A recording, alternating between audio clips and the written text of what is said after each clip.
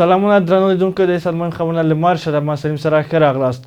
د پاکستان تر ادارې لاندې کشمیر کې د سیمه ییزو ټاکنو له ترسره کېدو سره هممهاله اعتراضونه پر تاوتریخوالي اوښتي او د امنیتي ځواکونو سره په نښتو کې د دېرشو ډېر کسان وژل شوي دي.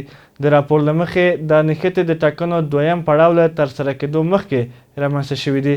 په همدې حال کې د پاکستان واکمن ګوند مسلم لیگ نواز د ټاکنو په لومړي پړاو کې له 14 څوکیو څخه 9 ګټلې دي. نور حال په ریپورت کې.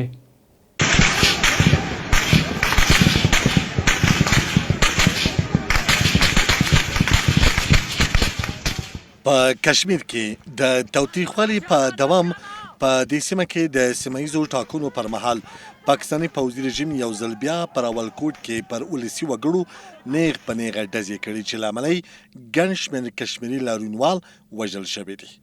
د دې سره سم د دغه هېواد چارواکو په نښتو کې د یوه امنیتي سرتیري او لږ تر لږه 3 اعتراض کوونکو وژل کېدل تایید کړي. خو د اعتراضي ډلې مشران وایي چې د وژل شوو شمېر تر 150 ډېر دی. ये आवाम निकल चुकी है मीरपुर से मुजफ्फराबाद के लिए बारस्ता. رویټرز راپور ورکړی چې د پاکستان تر ادارې لاندې کشمیر کې له سیمه ییزو ټاکنو سره هممهاله لرونه په تاوتریخوالي اوښتي دي. سرچینې لیکلي د خلکو د ګډ اقدام کمیټې مشران چې سیمه ییز حکومت یې فعالیت منع کړی ادعا کوي چې د راولکوټ ښار په شاوخوا کې له امنیتي ځواکونو سره په نښته کې تر 10 ډېر لارویوال وژل شوي دي. जिंदगी की बाजी हार चुके हैं. बाज वीडियोज आई हैं बिल्कुल सीधा लोगों पे आम शाहराहों में लोग भाग रहे हैं. जिस तरह परिंदों पे गोलियां चलाई जाती हैं इस तरह लोगों पे गोलियां चलाई गई.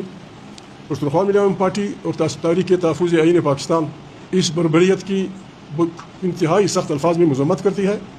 बल्कि तमाम पाकिस्तान के उन लोगों को जो जमहूरियत पे यकीन रखते हैं, जो रूल अफला पे यकीन रखते हैं, जो इंसानी हकूक़ पे यकीन रखते हैं, चाहे उनका किसी भी पार्टी से ताल्लुक़ हो, किसी भी मसलक से ताल्लुक़ हो, हम सबको इस बर्बरियत के ख़िलाफ़ एक आवाज़ होकर कश्मीरी अवाम या जहाँ भी अवाम के हकूक़ की बात हो रही है उनका. په کشمیر کې مخکې هم خلک وژل شوي دي او پرون په مستقیم ډول په خلکو باندې داسې ډزې وشوې لکه څنګه چې دوی د مرغیو په څیر ښکار کیږي. موږ دا وحشت په سختو ټکو غندو. موږ د پاکستان له ټولو اتباعو څخه غوښتنه کوو چې موږ ټول باید د دې ظلم په وړاندې د کشمیري خلکو سره په یووالي کې ودرېږو.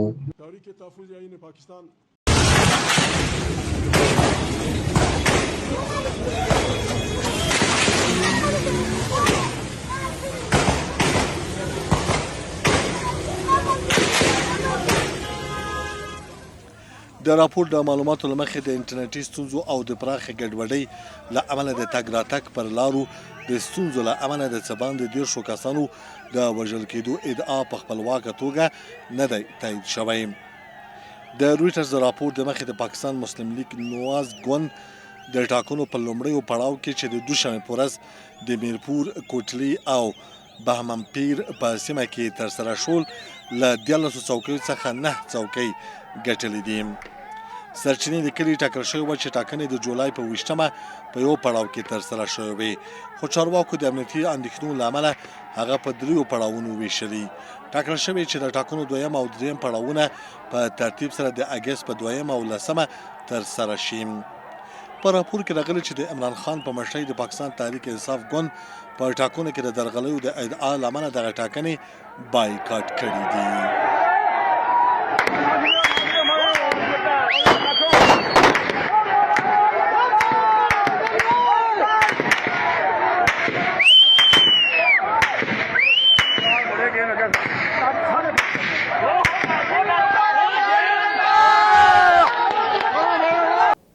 د راپورونو له مخې د خیبر پختونخوا په هنګو کې پر یوې امنیتي پوستې د وسلوالو برید کې 9 پاکستاني پولیس وژل شوي او 28 نور ټپیان دي. پاکستاني پولیسو په دغه برید کې اوښتې مرګ ژوبله تایید کړې او ویلي دي چې د وسلوالو او پولیسو ترمنځ نښتې 2 ساعتو دوام درلود. په وژل شوي کې یو جګپوړی افسر DSP دیار خان هم شامل دی. ویل کېږي چې د یو شمېر ټپي شویو پولیسو وضعیت نازک دی. له همدې امله ښایي د وژل شویو شمېر نور هم ډېر شي. تر اوسه هیڅ ډلې دغه برید مسؤلیت نه دی منلی.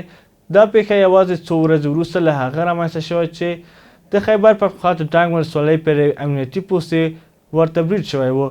په هغه برید کې وسلوالو له چاودېدونکو ټوکو ډک موټر په کارولو سره پر امنیتي پوستې برید وکړ چې له امله یې 15 تنه د پوځیانو، پولیسو او دولتي کارکوونکو په ګډون ووژل شول. خیبر پختونخوا په وروستیو میاشتو کې د وسلوالو بریدونو د زیاتوالو شاهد ده.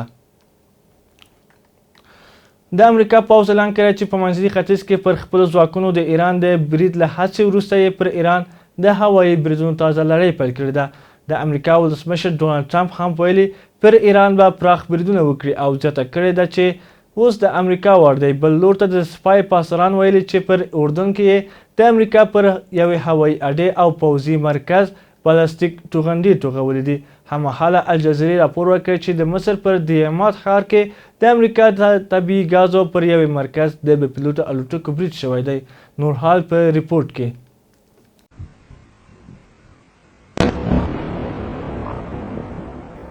د امریکا د پوځ مرکزی قومندانۍ یا سنټکام ویلي چې نن سهار وختي په ایران کې پر لسګونو پوځي اهدافو بریدونه کړي دي. د سنټکام په خبره شوې خبرپاڼې کې راغلي چې دغه عملیات په اردن کې د امریکا پر پوځي اډه د ایران د پرونیو توغندیزو بریدونو په غبرګون کې ترسره شوي دي. د خبرپاڼې له مخې په دغو بریدونو کې د سپای پاسدارانو اړوند لسګونه اهداف چې پوځي قومندانۍ د توغندیو او بې پیلوټ الوتکو تاسیسات، د څارنې او ساحلي دفاع مرکزونه او د ایران سمندري وړتیاوې پکې شامل دي په نښه شوي. په ورته مهال ایراني رسنیو هم راپور ورکړی چې د بندر عباس، ابو موسی، کیش او قشم ټاپوګانو او هرمز تنګي په شاوخوا سیمو کې د چاودنو غږونه اوریدل شوي دي. د رئیس رسم د امریکې ولسمشر ډونالډ ټرمپ ویلي چې امریکا په اردن کې پر خپلو پوځیانو له برید وروسته ایران په سختۍ په نښه کړي. In the meantime, we're going to be hitting them very hard because it's our turn to hit them. مونږ به پر هغو ډیر سخت ګزارونه وکړو.